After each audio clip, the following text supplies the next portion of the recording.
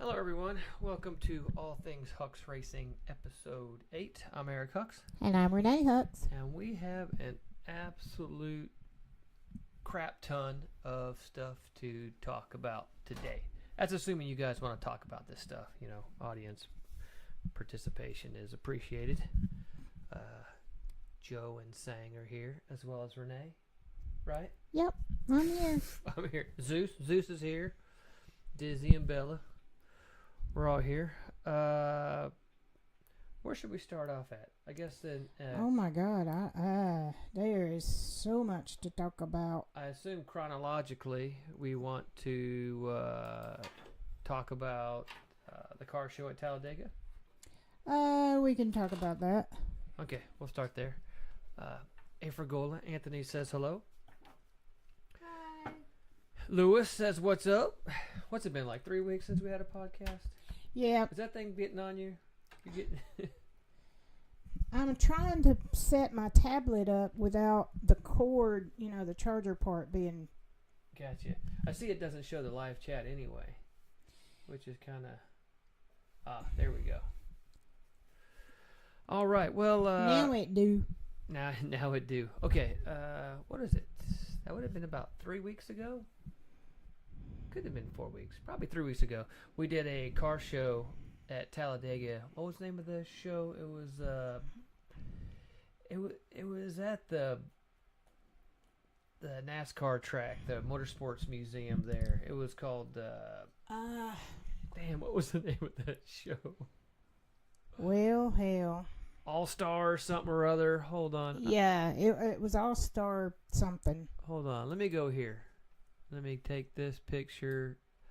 It was the International Motorsports Hall of Fame. The yes. Hall of Fame Super Show. So yes. So there it is. That was the show. So 1 week before we drove out to, actually less than a week before we drove out, but the show and Bear Mountain were a week apart. So 1 week before that we had to attend the show at Bear Mountain up in New Jersey, there was this event in Talladega, which is like 45 minutes north of us. We knew that if we got the MR2 done in time for this car show, then we will be much better prepared to get ready to head up to New Jersey in like 5 days. So, which it totally worked out. But it was so weird, like having the car and the truck and the trailer, like everything maintenanced and ready to make the 1,000-mile drive, to the point like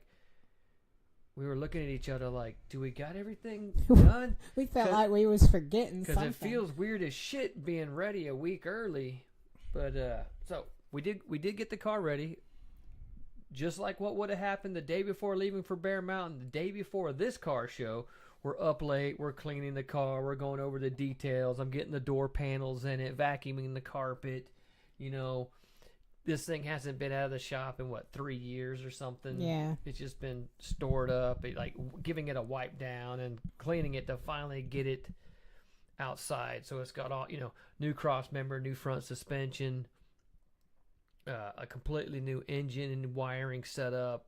This car's essentially been rebuilt from top to bottom again in the process of doing a 2GR swap. So by being ready the week early, we got all that rush before we had to leave out for Bear Mountain. But the cool part is we got the car ready. We hauled out to the show. We got there early enough to get a good position in the parking lot. And man, there was we were parked next to a I think the only other import there was the guy with the Josh with the green Supra. Yeah. I think his Supra was a 94, 95, but Pretty car. yeah, pretty car parked by him, but it was full of domestics, high-end cars. I take that back. There was a GTR inside, 350Z. There was some other higher-end cars parked indoors, in the fancy indoor parking.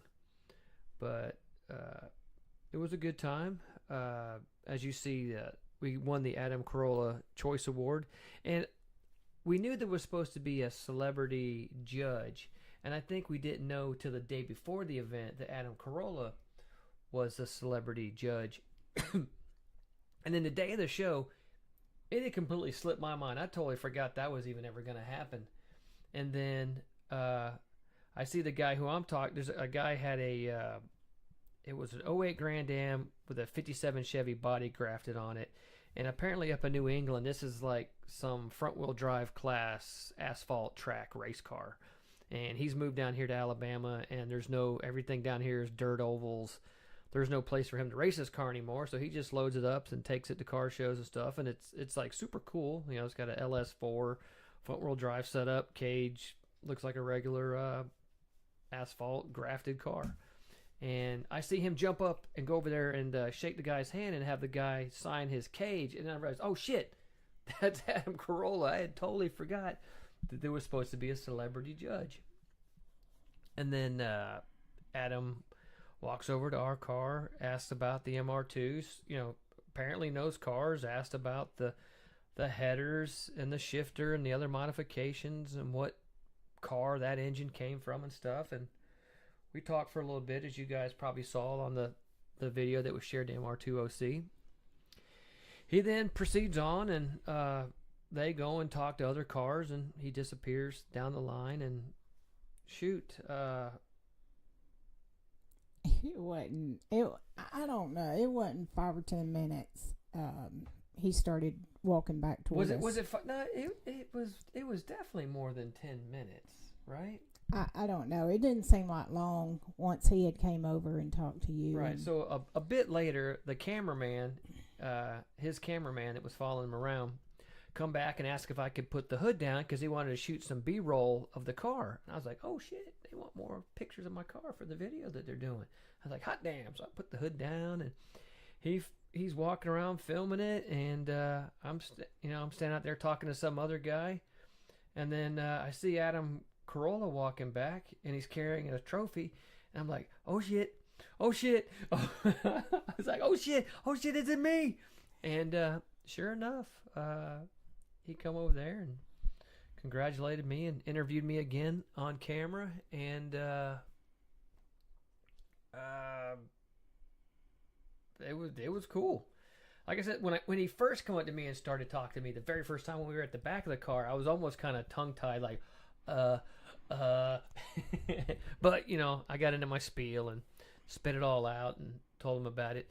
Joe says, where can I see this video? Where's the it's in the MR2OC. It's where what's the actual guy's channel that did the video? Oh, it's John. The video was titled weird because apparently there was some guy who's a NASCAR podcaster who was there at the Motorsports Hall of Fame indoors doing a podcast during the whole event, and Adam Carolla was a guest of this podcaster guy, and I don't know if this is turned down. So it's that podcaster guy's video showing Adam Carolla going around looking at the cars and then interviewing me before and after the award, and like I said, it was totally surprising, but apparently that, you know, we didn't attend for that award, but that was essentially the best of show award for that show. That was the one award that everybody wanted, was the Celebrity Choice Award, and it was very cool. Okay. Oh, cool. You gave the link to the actual. Yeah, I put the link on there for Joe, MR2 Joe. Let's see. MR2 Joe. Okay, Saint says, hey, Anthony Fergola, hey all, Lewis Aguirre, what it is. MR2 Joe, it is. MR2 Joe said, Eric taking names and trophies. Lewis Aguirre, and immediately wins awards. Noise. Noise. MR2 Joe, did you put the mirror under it to show off that subframe? Oh, wait. Corolla. No, it's Carolla. Carolla. But yeah. No, you don't need a mirror to see the subframe because you can see it right through the engine bay. I mean, because I have the 2GR rolled forward, the subframe is in plain view down, especially the rear header. The rear header and the subframe are like right in your sight. MR2 Truck Car says, hola. MR2 Joe said, I missed all you MR2 peoples. I miss it too when we don't have the podcast. And he also said, where can I see this video? I have put the link down there. Lewis McGuire said, so friggin' cool. And Kim Law says, congratulations. Thank you so much. Sang said, damn, that's crazy. MR2 Track Car said, that's right, my man's winning the big awards. It was certainly cool. And then they were, I think there was 120, like, because we saw the numbers for the attendees that they were handing out, because they were handing them out in order, obviously. And I think there was 120 attendees.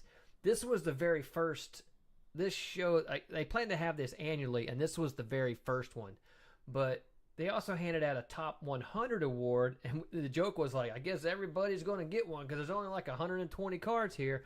But after the end of them handing out those the awards that said top 100, there was still like 50 of them on the table. So they didn't give those awards out to 100 cars, which was still cool. But so we got a top 100. And then the only other awards they gave was like best paint, and like they gave a award for special interest, which to do with the asphalt car with the 57 Chevy body crafted on an 08 Grand Prix. He won that, the guy beside me. And there was a couple other awards, but I certainly wasn't going to win best paint because there was some multi-$100,000 cars there. Guys with like classic Mustangs, 60-something Chevy trucks, Camaros, like with every, like it looked like they opened the catalog and got every new part available for those vehicles, because you can build those from nothing nowadays. I thought that the guy that won the 57 Chevy, the special interest award, I thought that was pretty cool, especially the way the Corvette guys talked about it. Yeah, there was a what's the latest Corvette? What is it? It's the newest. The rear Corvette. engine one. What is that? C9, C. Fuck, I can't even remember. C9, C8. Whatever the rear engine, the very newest one. So there was a group of I'm 55. When I say old man, I consider these fuckers old men. But they were just like, I don't want to stereotype Corvette guys, but these guys were just dick bags. They so you could at the car show, you could pay a small amount, and then you could take your car, and they did parade laps out around the Talladega NASCAR track, which is ginormous, and they would take you part way up the banks, and those guys could do laps.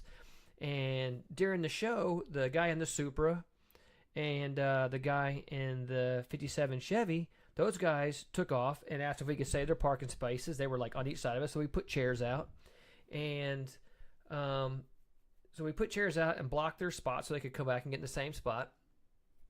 We come back after getting something. No, we went inside. We went inside. So we went to the museum and walked through the museum. Yeah. So we went to the museum, saw that the museum was cool. They had like wrecks, like wrecked NASCAR cars in the still wrecked state on display, and some of them were like, all these people. They didn't have like any wrecks of anybody that died, but the crashes and the way the cages were after the crashes was like, you can't believe anybody walked away from this. But so we did all that. We come back to the parking lot. These dudes in the Corvettes got their tent and everything, tent, chairs, cooler, all drug into the 57 Chevy guy's parking spot. And so we go over there and we tell them, like, you guys are going to have to move when he comes back, because he put his chair and stuff here to save this spot because he's doing the laps out on the circle track. And so they look kind of up. I can't remember what all they said at that time, but they looked kind of upset, and they started to move their stuff. And I heard the one guy tell the other guy that the dude in the 57 Chevy is out on the track doing the parade laps, and the Corvette guy goes, "And that piece of shit?" I was like, these motherfuckers.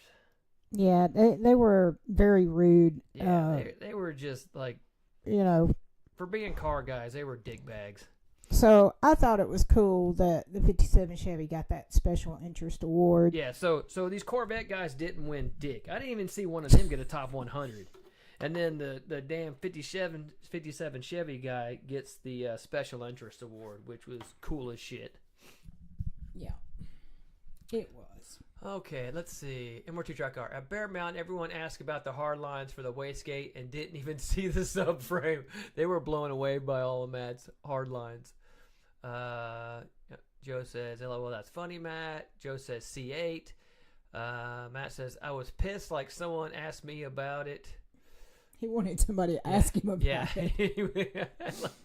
Lewis, I like how Adam kept getting the numbers wrong for your car just by one digit. 313, you can clearly said 314 like twice. Yeah, the dude's a comedian, so it's like I let the shit go because like I don't know if he's fucking playing me or not.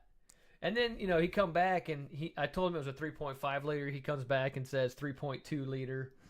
And then I think they might have edited that part out. And I said, no, it was a 3.5. He's like, 3.5, 3.2. He's like, it's like, sounds like me. Same difference. Trying to help you sandbag or something. But I think they edited that part out. But it was all cool. He was definitely funny and super nice.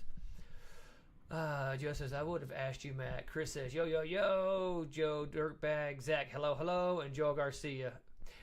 Joel. Hey, Joel. Hey, Zach. You did not show up to Bear Mountain. And Chris. Did you? Because I realized partway through the event, like, damn, I don't think Joel Garcia came out. I didn't see nobody in the lobby drinking. You didn't see anybody just sitting in the lobby drinking, waiting on stuff to happen. Just chilling. That would. We sat with him last year. Yeah, that would have been Joel. I think we were waiting for them to open up, allowing us to get a room. Yeah. Oh, shit. They didn't have rooms ready. Okay, so that was our week before Bear Mountain. So then approaching Bear Mountain, we got the car, like I polished the fucking wheels. Renee had wiped down the body, got all the interior clean. We got this car damn clean. Like, we're ready to do shit. Bring it home, like, I got nothing to get ready for. So I had already... I have an open car trailer. It originally had just 2 wheels with brakes on it. I wanted to have brakes on all 4 wheels because it adds a lot of, gives you a lot of confidence in the mountains, especially when you're gaining speed on a 13-degree slope. Let's see. Sang says, LOL, old dudes buying a new C8 or dirtbags. Say it ain't so. These guys were. They were totally buttholes. Joel says, my car wasn't done, and I didn't want to drive the red one because the tow truck is down. Ah, I got you, Joel. Yeah. Shit. I mean, I totally get that. It took, I put essentially a stock 2GR in my car, and it took me a solid year. But, just getting the motor ready, wiring, getting it tuned enough, the suspension changes, all that shit. It took me a solid year to convert from the K that was in it to the 2GR. And I told Renee, I said, I can't imagine swapping to any other engine platform in this car with the amount of work it takes to do it at this level. I was like, nah, it's going to have this red car is going to have a 2GR for a long ass time. So week goes on. What is it? Thursday. We head out Thursday morning. We drive halfway to. We went to. What was the town? Right Salem, Virginia. Okay, was it Salem? Mm-hmm. Right outside of Roanoke. Is that what it was? Okay. So we went to Salem, Virginia. Drove over halfway up. Got up the next morning. Finished the rest of the drive. Had a pretty much an uneventful drive all the way till we got to New Jersey traffic, and then had an emergency as hell. Fucking people. It wasn't, the traffic wasn't even that bad. There were just some assholes that were ducking and diving traffic to try to get like one car position up, and caused like a bunch of people just to lock up the brakes in front of us with no other traffic farther out. And 3 18-wheelers tried to pull over on us at different times. Yeah, but had to do a massive panic stop, almost rear-ended a Jeep in New Jersey. But other than that, it was a clean drive all the way there. Scott McClendon and Austin Walton from ATS came out. TCS was there. He brought Brian, his mechanic. Saw all our friends. Did the car. Well, not all our friends. Well, yeah, there's a lot of people that choose not there. to. We saw Rich Altman, Jonathan Goodman. Mm-hmm. There's a lot of people that choose not to 10 Bear Mountain the way it's ran currently, but hopefully that'll all be addressed. The car show was great.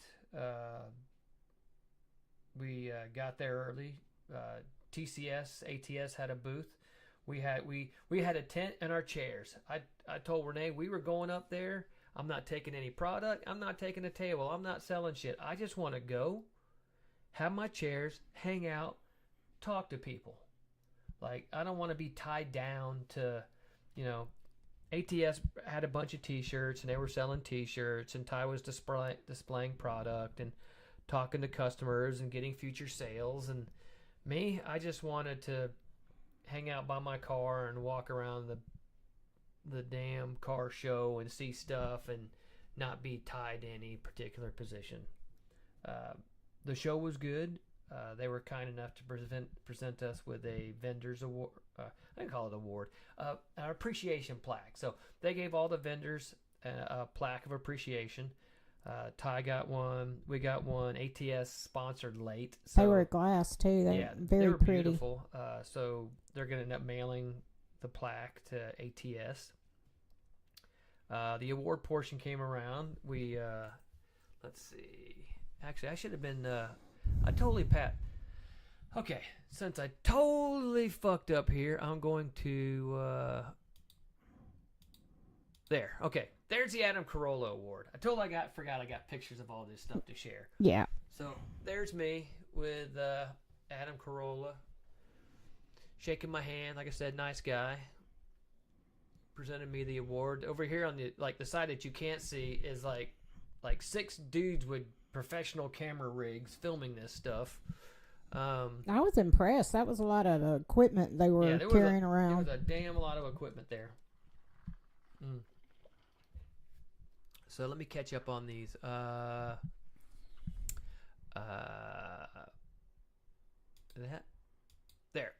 There's the plaque. You can't see shit, but yeah, it's glass. But in my hand, in front of my shirt, I'm holding a plaque that says Hucks Racing on in appreciation of the vendors. Let's see. And here is our display. So you can see Ty's booth. So the blue tent is ours. You can see just 2 chairs there. No tables, just us, the car, a tent. We didn't even bring our fancy tent. We didn't bring the fancy tent.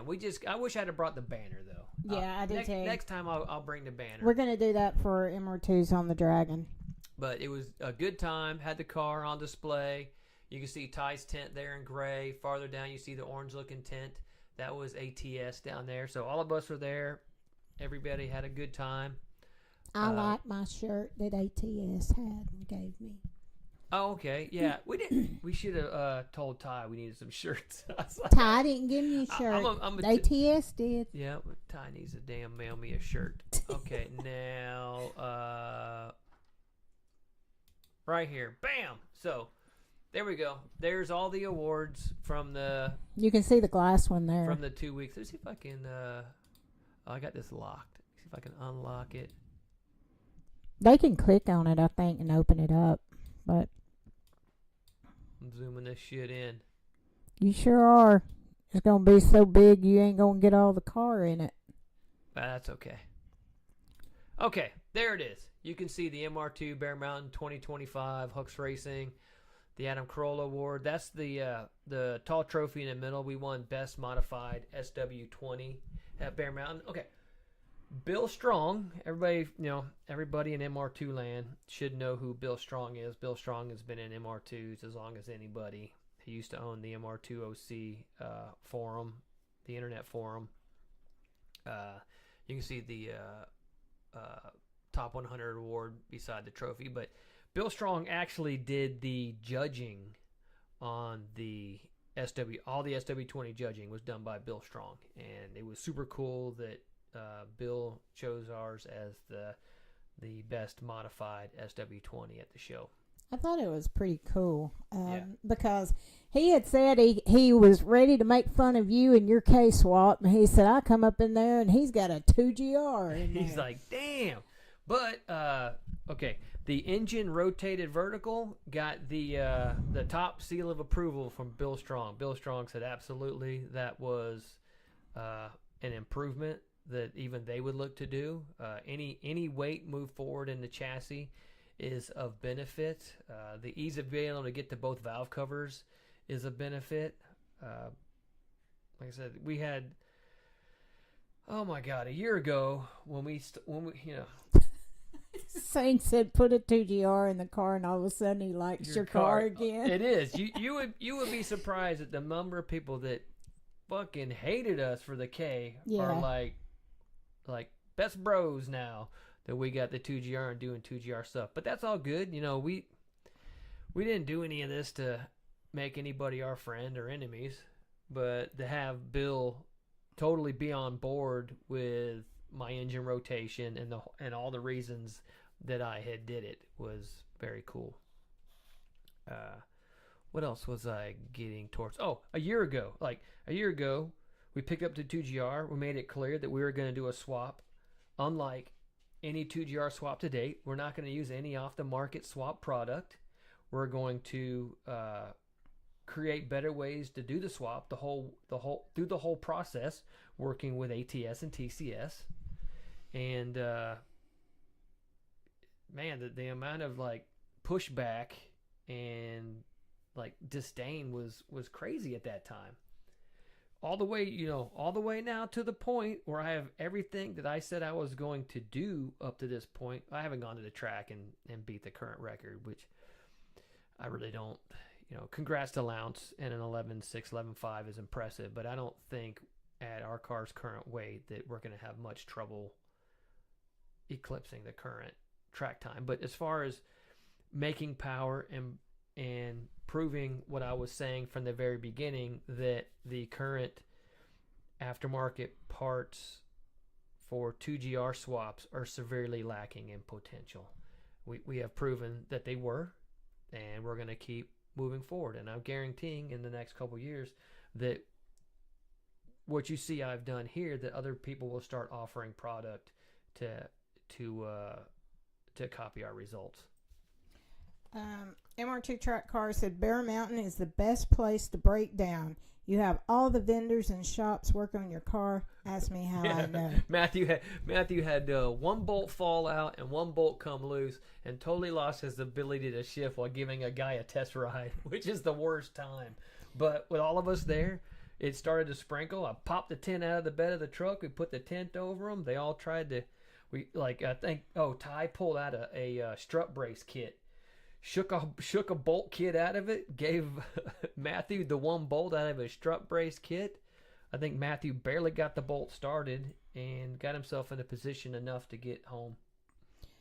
Yep. And MR2 Joe said, who are cool mid-engined old car guys, NSX owners? A guy in a nice silver one pulled up next to me at a light, and I asked to trade while I was in my girlfriend's Celica, and he laughed. And then complimented the tail lights. Cool dude. And then Zach said, did you make the wiring harness from scratch?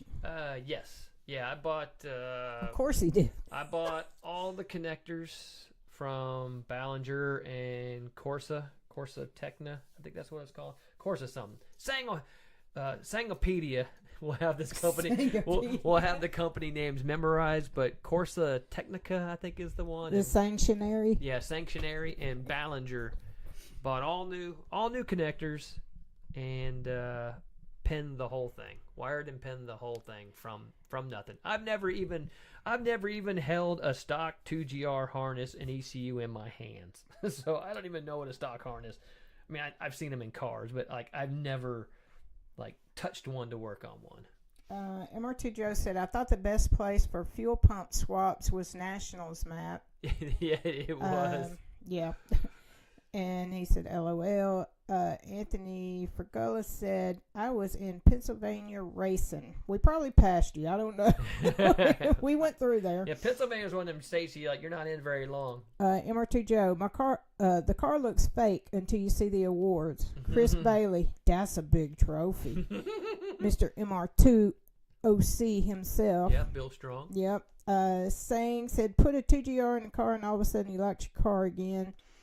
MR2 Track Car said, Sang, I thought the same thing. MR2 Joe, haters gonna hate. Okay, so when is she going to the track? Chris Bailey, imitation is the sincerest form of flattery, or so I've heard. Number 2 Joe said LOL. And Sang said Technic. Corsa Technic. MR2 track car said Corsa Technic. And did you pin 15? Did you pin 15? I can't even remember what wire pin 15 was, but it was something pretty specific in an MR2 harness. It was like check engine light was pin 15. I can't even remember. Zach said, I'm thinking of making a harness for my Miata from scratch using a universal harness from Haltech. Seems a little daunting. Okay, Zach, you're doing a K series harness. A K series harness would be a fucking breeze. I would do a K series harness any day. The 2GR harness, not only is it 2 extra coil packs, 2 extra injectors, but you have 4 cam triggers and 4 VVTi solenoids. So you have, hold on, that's 1, 2, 3, 4, 5, 6, 7, 8, 9, 10. That's 10 more connectors to deal with on a 2GR than a K. I can't remember who I was telling, but I was like, I can't imagine there being anything worse to wire than a 2GR other than like a Coyote with, a V8 with 4 cam timing. And with that, it's just like, it's just 2 more coils and 2 more injectors. So, you okay? Yeah, I can't find my chat window now. Uh-oh. You have to minimize it. There you go. It's probably because I'm on my little tablet you gave me, and I've never done it on this. Yeah. So the I wouldn't be afraid of the. I mean, the first K series harness I did, I took I had the one of the engines that I got. How did I get the damn harness? I had a K24A4 and it had a harness on it. So I was able to use, I took the stock harness and trimmed all the shit out of it, and then I was able to wire that just by extending onto it to an AEM Infinity, and that's what I used at that time. But I wouldn't be afraid to, you don't have to do twisted pairs, you don't have to shield, you don't have to spiral wrap. Just do it like the way the factory does and just run wires from point A to point B, and I guarantee you'll be fine. A K-Series, other than 1 cam angle sensor and 1 VVT solenoid, it's as basic as you're going to get on a 4-cylinder, fuel-injected engine harness. Other than those 2 connectors, it's the simplest of harnesses that you're ever going to do. We have 7 likes and 7 viewers. Cool. That's awesome. Yeah. Joe says, no need to read. Also, just a heads up, there's a chat filter. So to see all the chats, you have to tell your YouTube all the chat instead of the top messages. What's he saying? There's a chat filter. So to see all the chats, you have to tell YouTube to see all the chats instead of the top messages. Oh, bullshit. Okay, Zach says, yeah, that makes me feel better, thanks. I just don't want to give K-Power any more of my money. They want $4,400 for harness, ECU, and oil pressure sensor. Well, what's the ECU? Is ECU like $1,200 of that? But, an oil pressure sensor is $150 for a good one, and you're not going to want to mount it on the engine. You're going to want to remote mount that anyway. Wow, $4,400 for a harness, ECU, and an oil pressure sensor. Yeah, wow. Shit. You could buy yourself a good aftermarket ECU, wire it yourself for less money than that. Let's see. So that's the awards. Thank you for telling us that, MR2 Joe. I had to go in there and click my all messages. Oh, cool. That's a sweet ass pic you got on your laptop. That picture does look fake, don't it? Looks like an AI generated MR2. It do. It do. Okay. But it's not. K-Power's kit is pricey. who are we talking to? Or Kevin, the guy who feeds our dogs. He was talking about K-swapping a Miata. And I was like, man, you think swapping an MR2 is expensive? K-swap parts for a Miata, because of what you have to do with the oil pan and the rack and the cross member, that shit's expensive.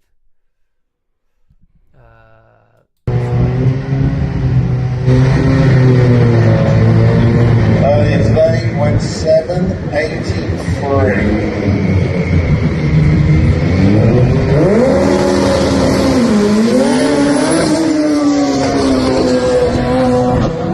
Well, congrats to Nathan Freak. I think his previous best was an 8.0 or an 8.1. It was pretty quick, but he was able to go out and improve on his time at the track. I think he reset the 3S GTE MR2 powered record to a 7.8 at 185 mile an hour. Let's see if I can get this thing to play again.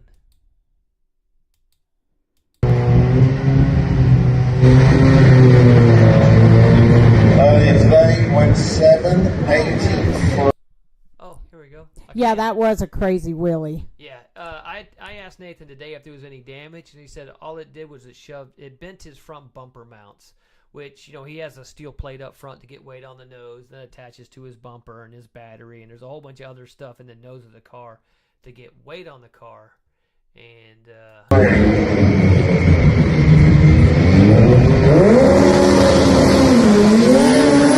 That's a crazy. Right oh, wee. yeah, I didn't realize I could pause the video while it was playing. That's cool.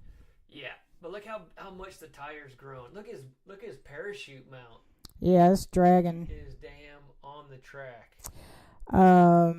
Okay, Sang had said, and it'll take them 1.5 years before they ship the harness out. Chris Bailey, I'm going to assume that wasn't the 7.8 pass. Holy mother. Yeah, because that car pointed up to Jesus.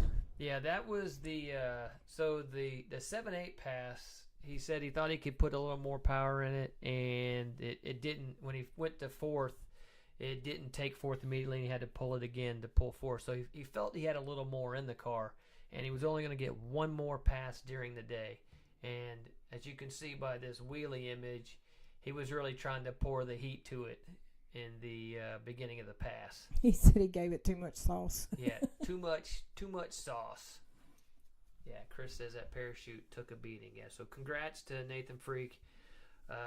Took the, I guess, yeah, because Brandon had, Scott had bested Nathan's time and put the record into the USA, and now with Nathan getting to the track and being the first 3S, you know, the first Toyota powered SW20 to run a 7 and taking the record back home to the UK. He said back home. It's home, you know, I think the home's here in the US. So now we're just going to wait for Brandon to attempt to best Nathan's time. But it's all in competition. I'm sure the record will go back and forth, and congrats to both guys as they chase these numbers. I like the sportsmanship of, you know, everybody that's actually getting out there and running the track and and getting numbers, you know, like Nathan and Brandon Scott and you and well, we're gonna get to the track soon, right? Yeah, I'm still testing some stuff. I'm waiting. We'll get back to that, but I'm anxious. What was I? So World Cup Finals is coming here. I think it's coming up pretty soon. FL2K I think is this coming weekend, and I think it won't be long before World Cup Finals. But I know Sean Robinson, the world's fastest SW20, is already signed up. He's going to run stick shift class. So he went 7:30 at 2:02 last year. I think the stick shift guys are running well into the sixes. So he's going to be running with 6-second guys in the stick shift class at World Cup. I know Brandon Scott is registered for World Cup. I think Brandon Scott's running in like a street fighter class or something where he's turbo size limited and weight and such.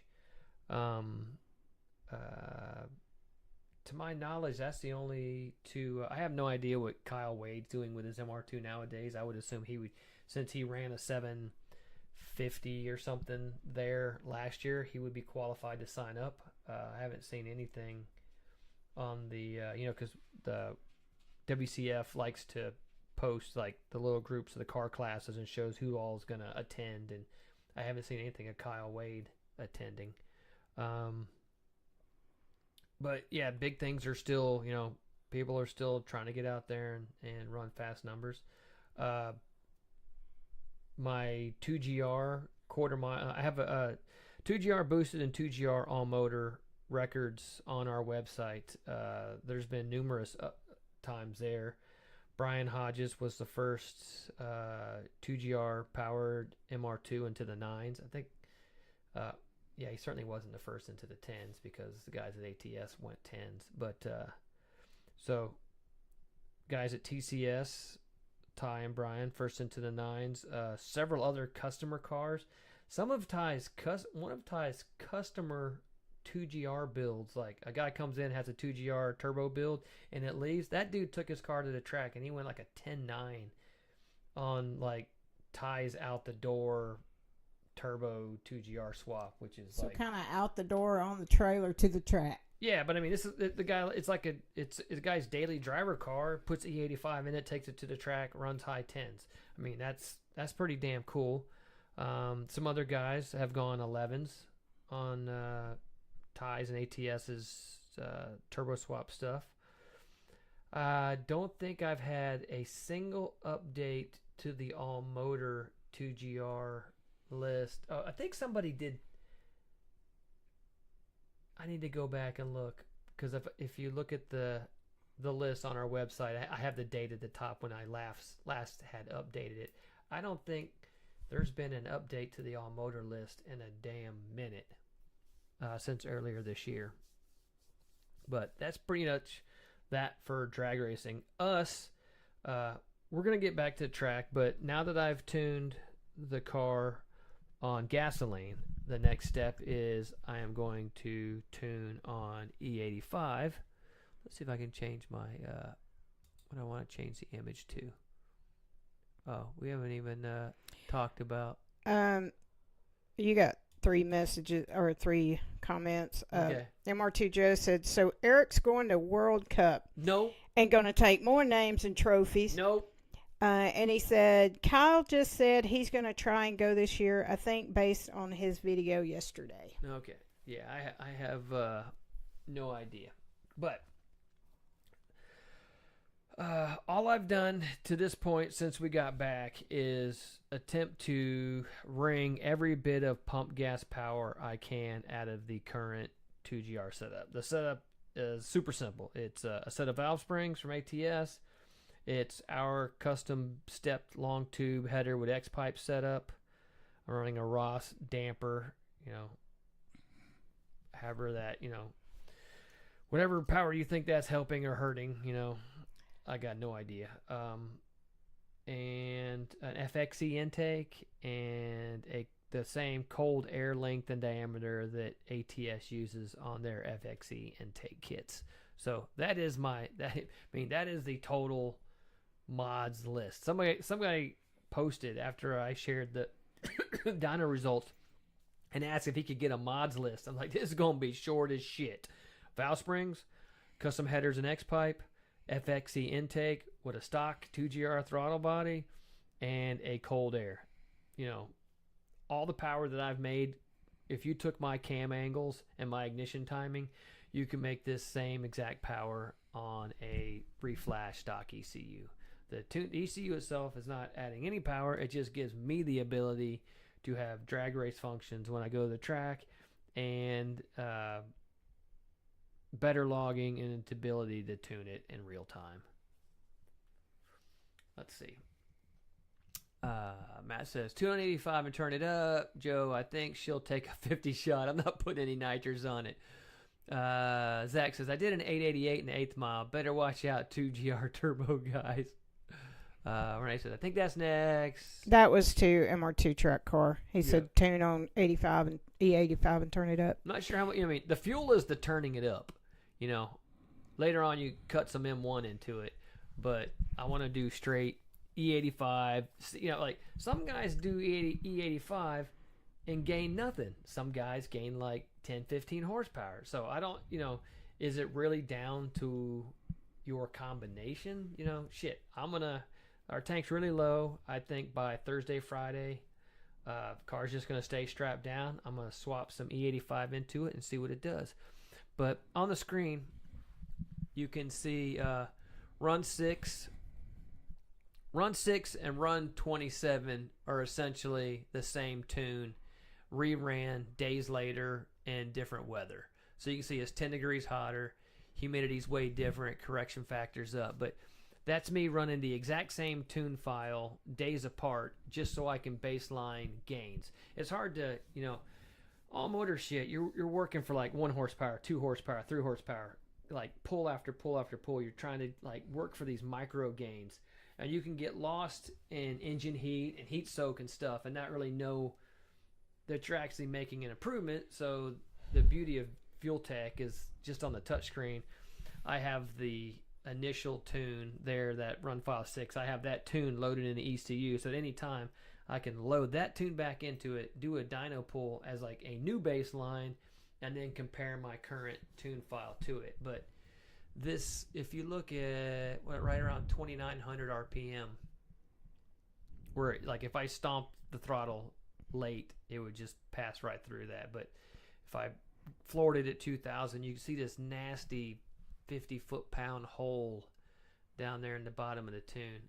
The crazy part is with these long tube headers, I thought it was like, I tried cam timing, I tried injector angles, I checked for other, like maybe one cam wasn't following correctly or something. All of this weird hole in the tune was this weird resonance or something from the headers, I'm assuming. But I have probably so down here at 2,500, I'm probably at 4.5 millisecond pulse width on my injectors.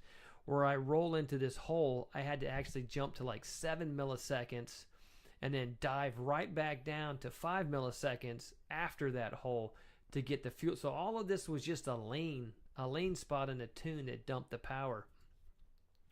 And the weirdness of it was I actually had to add a cell. Like I had to add a cell at 3250 and a fuel cell at 2,800 RPM on each side of this weird dip to transition into this super rich spot and then back out. I say super rich. The AFRs were a solid like 12.2 to 1 across that spot, but I had to add so much pulse width in that one particular area to get it to cross it smoothly that the tune just looks insane, but it makes clean power across it. And the only thing I can associate it with is that the scavenging is so good that I'm just pulling air straight across the cylinder.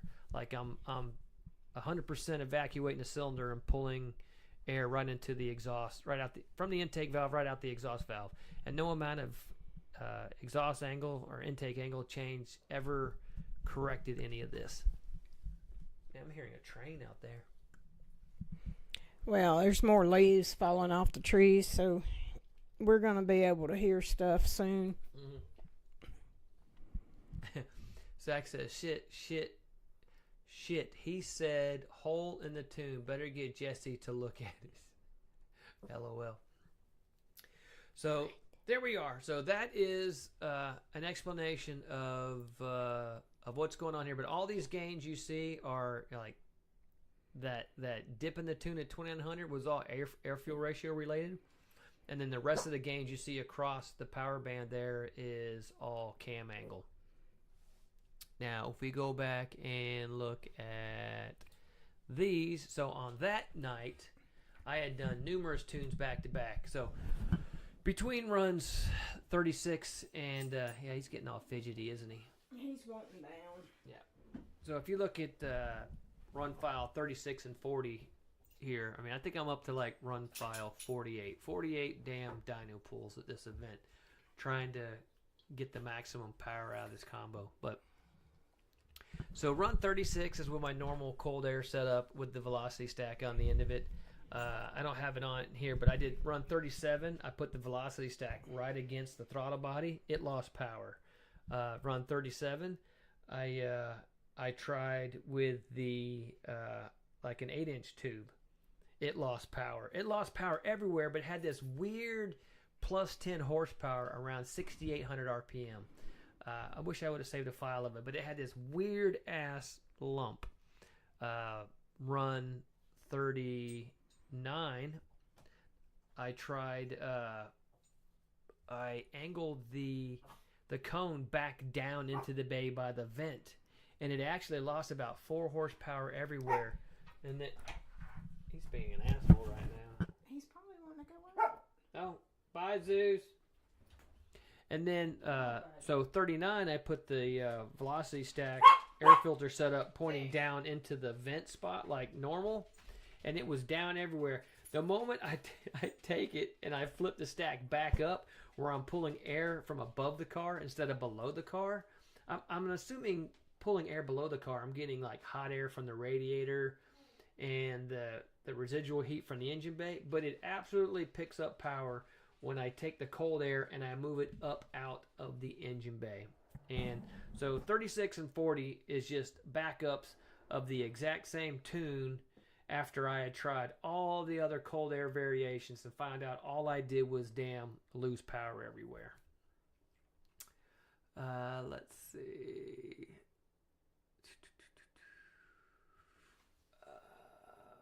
Don't get me. What are y'all talking about here? Third place crown, second place. Keep commenting. Part 2 tracker said Renee sandbagged me and took it.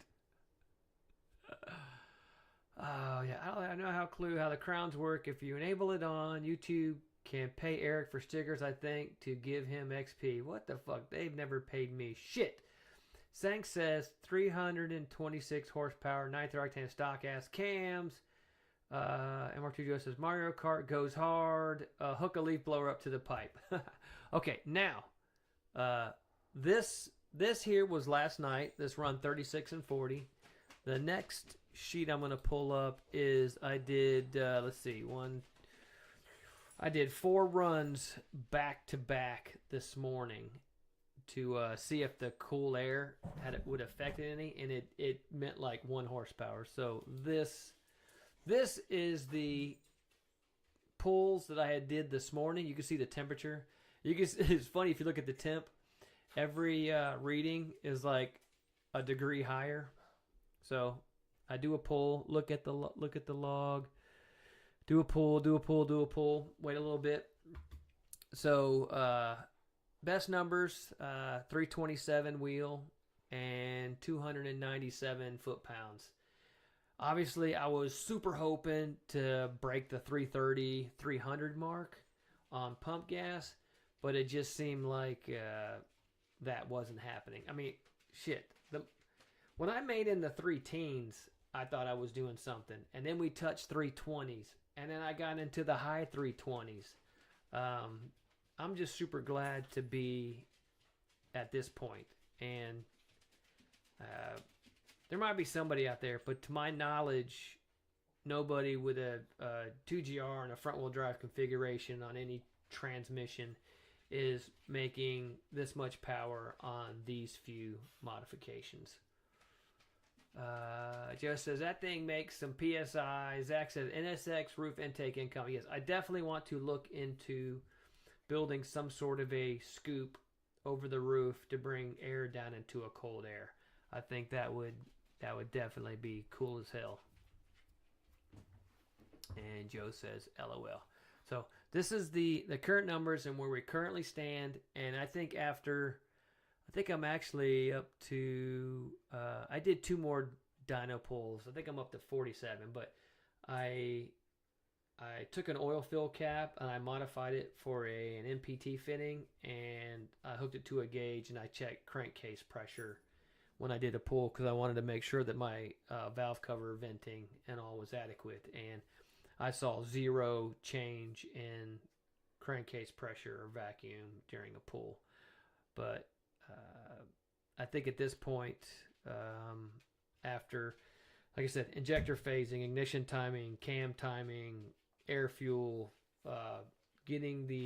trying to do a glory pull with some hot oil and cold engine and then cold transmission. I think it's, unless you had a means of getting the transmission oil hot and the bottom end hot while leaving the top end cold and trying to do a pull, I don't think there's anything to be gained, because by and these pulls here are anything from 160 degree water temp up to a near 180 degree water temp as I was doing the pulls back to back. And I think the temperatures that you're seeing there is probably just the room gaining temp from the engine heat and me doing the dyno pulls. But, at this point, I don't think on the stock intake and my headers that there's anything else to be gained. And this is now the point that I want to see what this combo will do on E85, if it'll gain anything. And after that point, we're going to start testing intake manifold modifications. Let's see. I wonder if a strut cooler and snorkel airbox would be worth it. Oh, hell no. Even if a strut cooler would work, I fucking wouldn't run it. I fucking hate those things so bad. Joe says he heard those things add 10% in torques. Same with stickers. Zach, MR2 Joe said, especially if they're red. And MR2 Joe said, I bet you gain 10 horsepower on E. I would love to gain 10 horsepower on E. Somebody told me they thought that the stock cam record was 330, and that's using an FMW billet intake manifold with risers. I think I would love, on E or some sort of a fuel mix. I would love to break the 330 mark with just some E85 with no other changes to the car other than, the tune for the extra fuel needed. Maybe I'll get some pulls in before we have actually a Miata track day coming up this Saturday. Maybe I'll pick up some. Well, I do got to run to town and get. Supposed to have our guy bring gravel out tomorrow and work our driveway. So maybe when I have to run into town to get cash for them, I can grab some E85. Let's see. Sang says, you thinking shorter runners to push the power band up higher? Maybe, or just a better flowing plenum. We make such good power.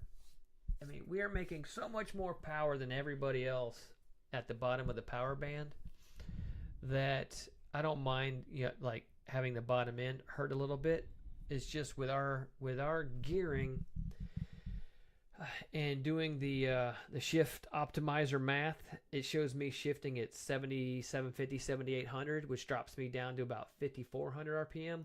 So as long as, the real point is I would like to see no losses from 5400 to $8,000. That would be awesome. And I think I mentioned it before. I thought I was going to have to change to a 26-inch tire. I've since rethought that and realized if I use my fifth gear ratio, which is not a big a jump. It's not as big a jump from fourth to fifth as it is from third to fourth. So I would make a fifth gear shift at 7100. And if I'm able to shift all 5 gears, that gives me plenty of mile an hour. And I don't need to make a tire change, gearing change, ride height change. I don't need to mess with any of that. Forgot where I was going with this. But, with the intakes. I don't want the power band. I don't want anything to be lost in the power band between where I'm going to be driving when I'm drag racing. So I would love to test a setup that definitely made gains on top, but did not have losses from, 5400 on. MR2 track car says, I still want to see someone test the other billet intake. I will, if someone wants to, I don't care who, you can send me FMW's intake. If anybody has one, send me an intake manifold. I'll test it. I'm not buying an intake manifold to test. Like, I'm not coming off of $2-3 grand to test something in the hopes that the numbers are better. I mean, like I say, we lucked out. We did our research, but I spent good money on header materials, spent a lot of time fabricating headers to have the results that we have now, and we're super happy with that. But I'm not willing to come off of thousands of dollars and then go in and have to modify it again to optimize it for our combo. But if somebody wants to lend me one, I would be happy with and obviously a throttle body attached to it, or I'm gonna modify it for my throttle body. But if somebody wants to lend me any intake that you think is built for a 2GR all motor setup on stock cams, and you want to see what kind of power it's gonna make, mail it to me. Zach said Miata track day. Yep. TGPR. It's gonna be a lot of us cams, Central Alabama Miata Society people out there, and just gonna have a fun day. Yeah, it's gonna be all day, like from the morning to the evening. I told Renee that I'm gonna put my black steering wheel in her car for that day because I don't want to dirty up her minty green one. So minty. I know. Let's see. Joe says, "Did you see the GG guys 350 with cams and everything?" Yeah. So they had FXC pistons. They had compression. They had cams, all the valve train upgrades, the billet intake, the Haltech.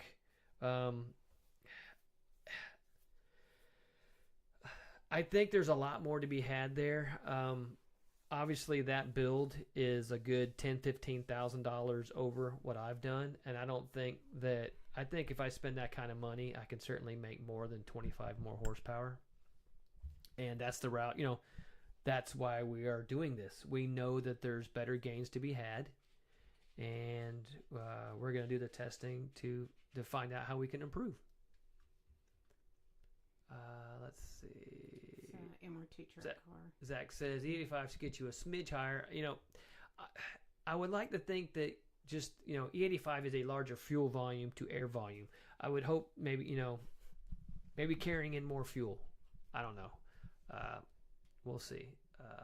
Track day, LOL. I still want to see someone test the other bit. Okay, we said that. But the butt dyno says it's better. but real world results don't say it's better. ITB. ITB setup. Maybe. I even want to do. I would even be game for testing. Have you ever seen? I've seen it on the Nissans where they have like an open set of runners with no throttle body and like a sheet of something over it with some holes poked in it, and they just like rip the sheet back and let it do an open plenum dyno pull with no throttle body just to see like what is capable on an open plenum run. You're essentially mimicking ITBs, but to see what is possible on a combination like that, I would be open to do tests like that just to see what is possible. I mean, when we first got the car running, and my first pulls over 8,000 RPM were like butt puckering, like stay together, and now I'm like, granted, I probably have done 20 pulls only to $5,000 to try to fix that hole at the bottom to see what was going on, but almost 30 pulls over 8,000 RPM so far. I think we're pretty solid. I'm hearing of other guys on stock bottom ends with FXC pistons running up to 9,500, which is pretty cool. Let's see. MRT Joe. Joe, I'll send you a tracker for cool. MRT tracker. I bet that would sound awesome. Saying, dang, quick shift, McGee pulling fifth. Yeah, and the math shows me pulling fifth at 105 mile per hour. I trap right at 100 at the 8th, so I will be pulling fifth gear right after the 8th mile mark, which is insane. How did Sang jump to number 2? I'll send you the taller shifter to test, says Matt. Joe, LMAO, because the YouTube gods favor Sang. Everybody favors Sang. Sang says, true. Watt runner pull sounds wild. Yeah, I would love to do that, see what kind of power to be had. I mean, that's where we're at right now. Right now, I'm about to test fuels on the current setup. Then we're going to do intake manifold tests. I go, because I remember shit. But back to the fifth gear. Not having to change tire size is huge, which means I don't have to change ride height, which means I don't have to roll my fender wells more or worried about my wheel fitment to try to get a 235. I think it's a 235 55 15. It's a big ass tire. It's a 26-inch tire, same like a 275, but the work I was going to have to do to try to package that at my current ride height was going to suck. But shifting fifth, I don't have to do that. Fifth gear also optimizes my power band and keeps me in the meat of the power longer. But I will absolutely need to make myself a fifth gear lockout setup because rowing 5 gears now adds a lot more opportunity for misshifts.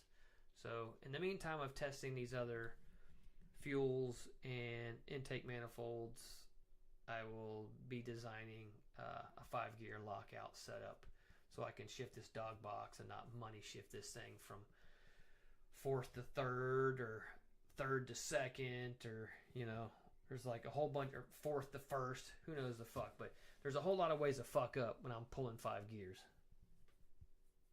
Do you want to talk about MR2s on the Dragon now? Whatever you want to talk about. I know you've had a lot of stuff going on today with it. We have had a lot of stuff going on. If you want to read those last couple of messages, I'll talk about it. Let's see. MR2 track art. It's crazy. Had it happen on a first start and it immediately revs to the moon. Oh yeah. Chris, time for a sequential. Joe, I bet Brian can give you shifting tips. Chris, we can make this way more expensive. Yeah, he's talking about money shifting. We can make this way more expensive. Yeah. Or the sequential. Yeah. Okay, so Cameron and I have been having our gears turning, trying to plan for MR2s on the Dragon 2026 next year.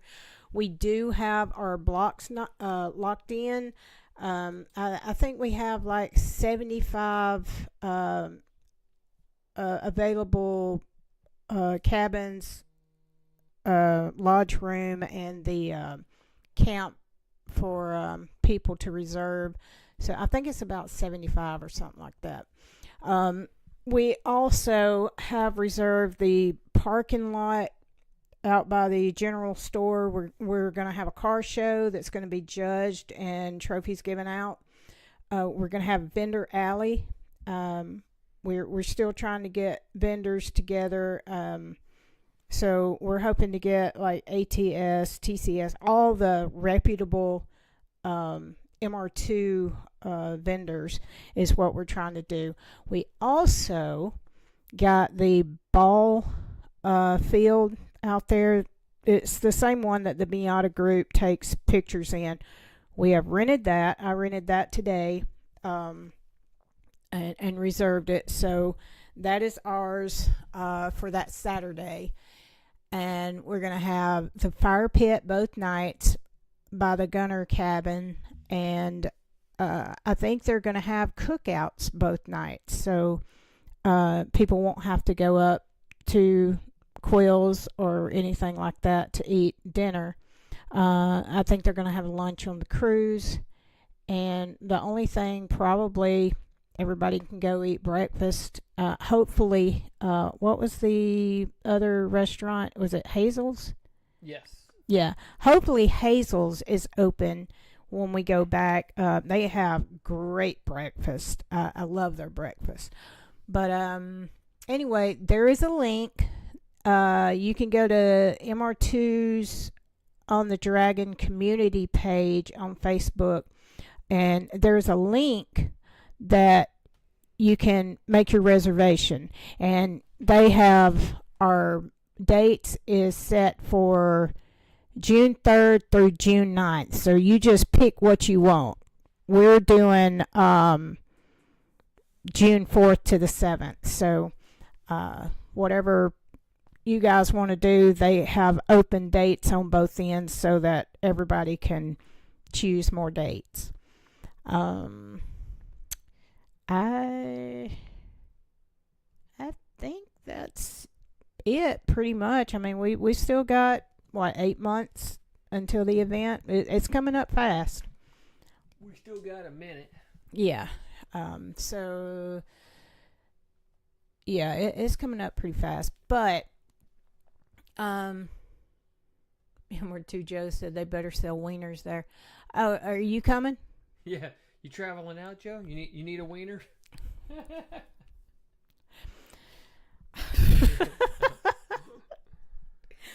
Oh, well.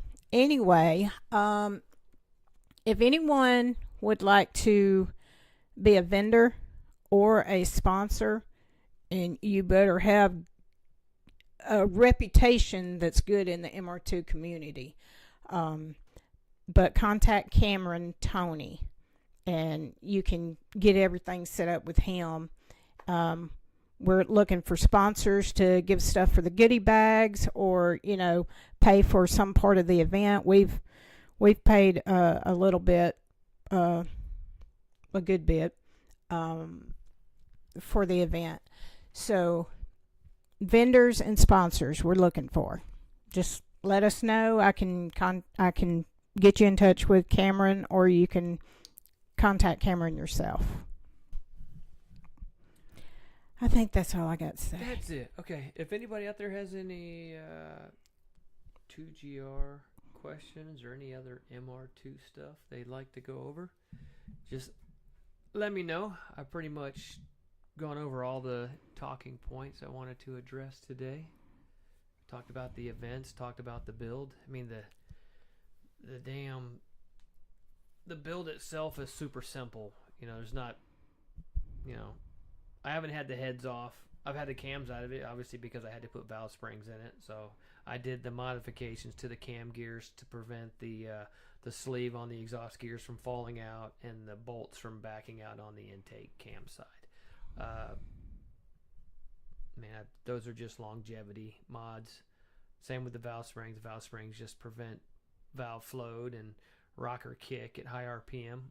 I think the highest I've revved so far is 8,400 continuously. But haven't had any other weird issues. The oil looks clean as hell at this point. Like I said, I checked crankcase pressure, saw no fluctuations in crankcase pressure during a dyno pull. My injectors are definitely way too large for this combination. I have a hard time idling it anywhere near damn 13-1 with the short ass pulse width. I'm constantly riding on the minimum pulse width amount. But these are things I'm hoping will clean up a bit when I switch to E85 and cut it with some other fuel. I seen that message, Chris, that you just deleted. What did Chris put in delete?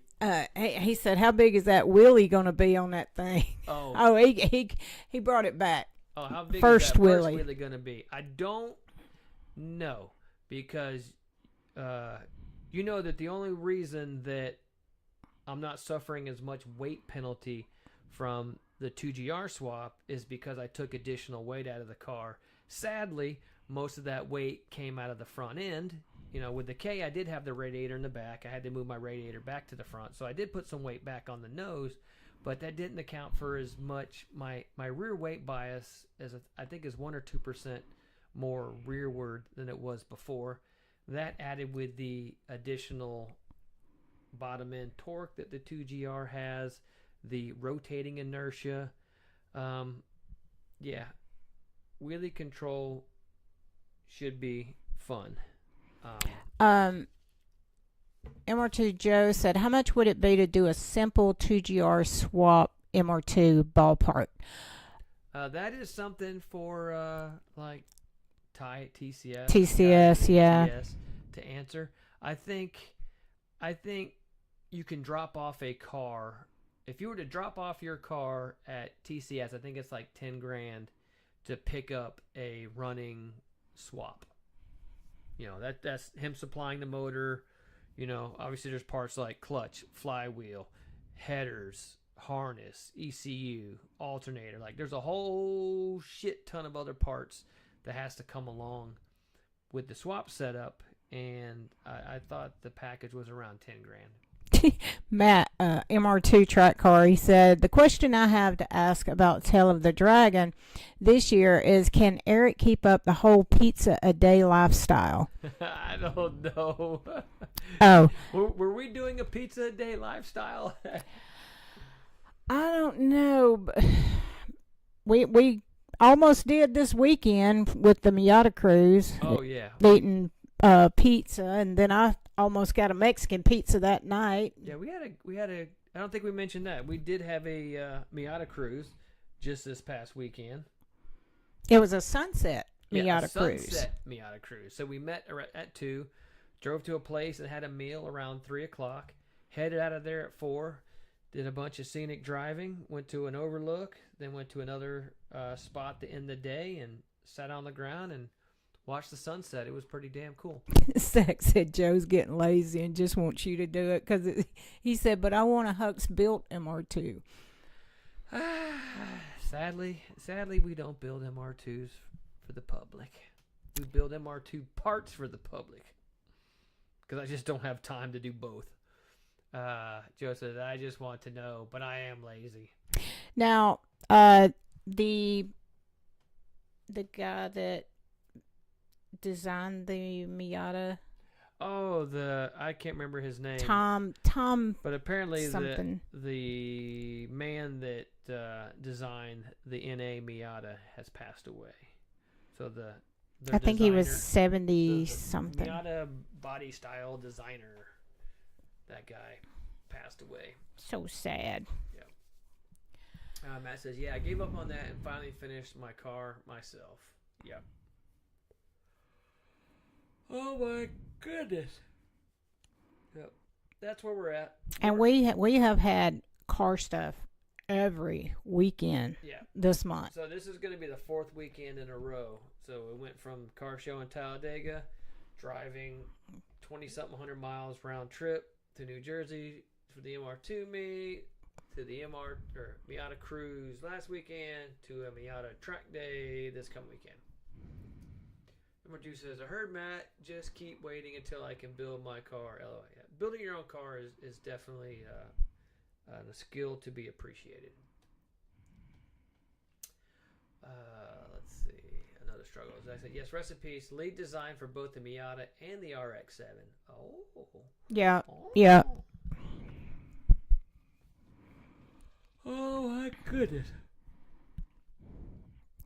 I just wonder, what kind of value they'll hold now, especially them hard tops. Good God Almighty. The hard tops are so expensive. If you can get one for $1,000, you've got a deal. Joe says, all this talk about the Miata designer, I bet no one knows the designer of the MR2. Because I don't, and I didn't know the Miata designer either. Because I guess as cool as that thought is, it doesn't, I guess it should interest me more, but maybe it doesn't.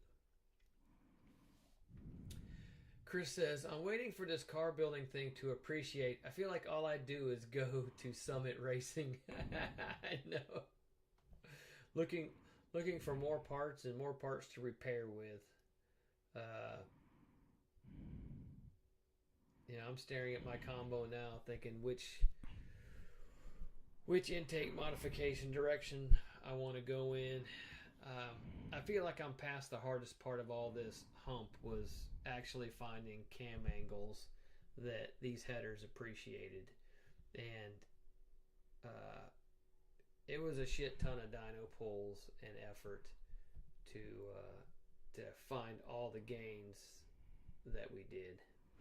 MR2 track car said it's Akio Yashida. Oh, very cool. Matt knows. MR2 Joe. See? Still don't know who he is. Or who that is. Zach, I'd like to take a second to thank my family, MR2 Joe, the Huxes, for a 3rd place trophy.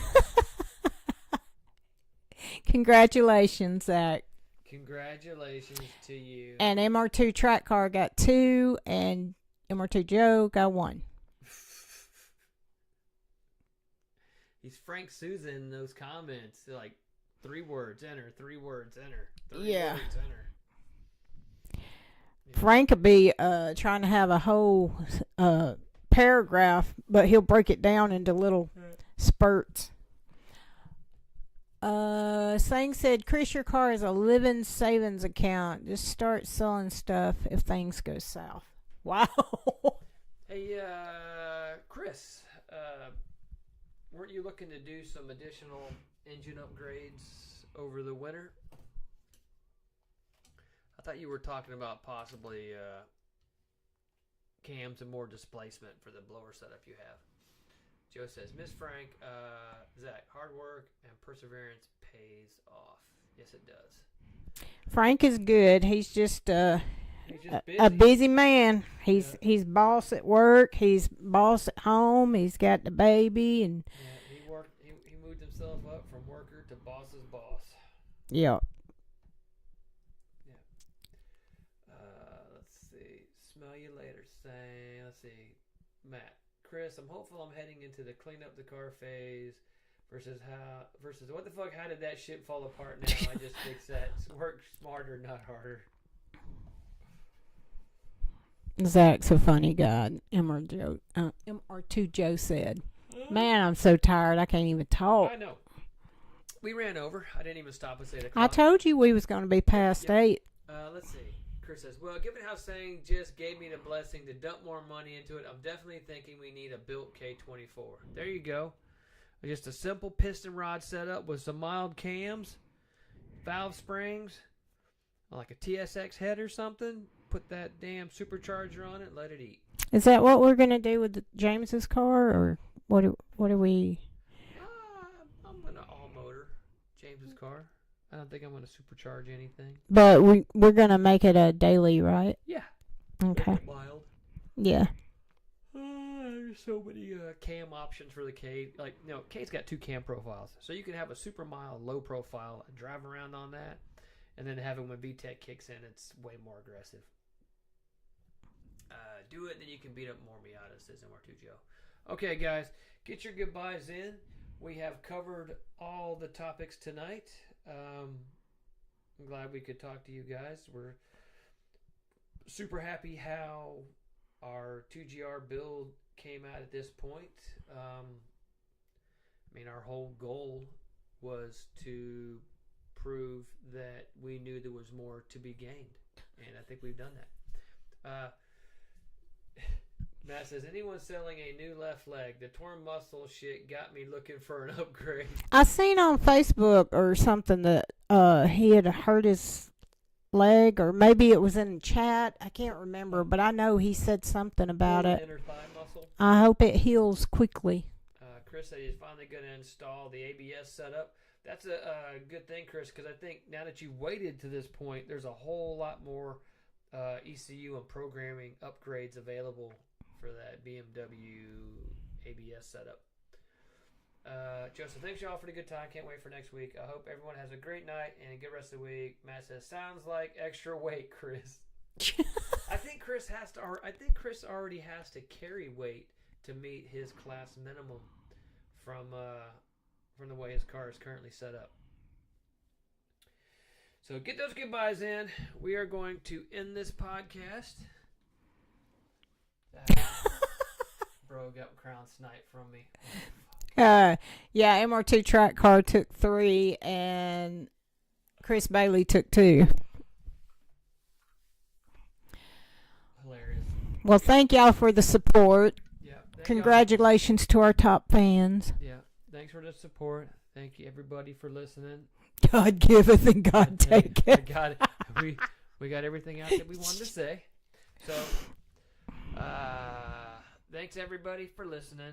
This has been All Things Hux Racing, episode 8. Eric Hux. And I'm Renee Hux. And we will see you again in 2 weeks, and hopefully we have a lot more results and things to share. So, adios, people. Good night. Good night, everybody. Thanks for listening. Thanks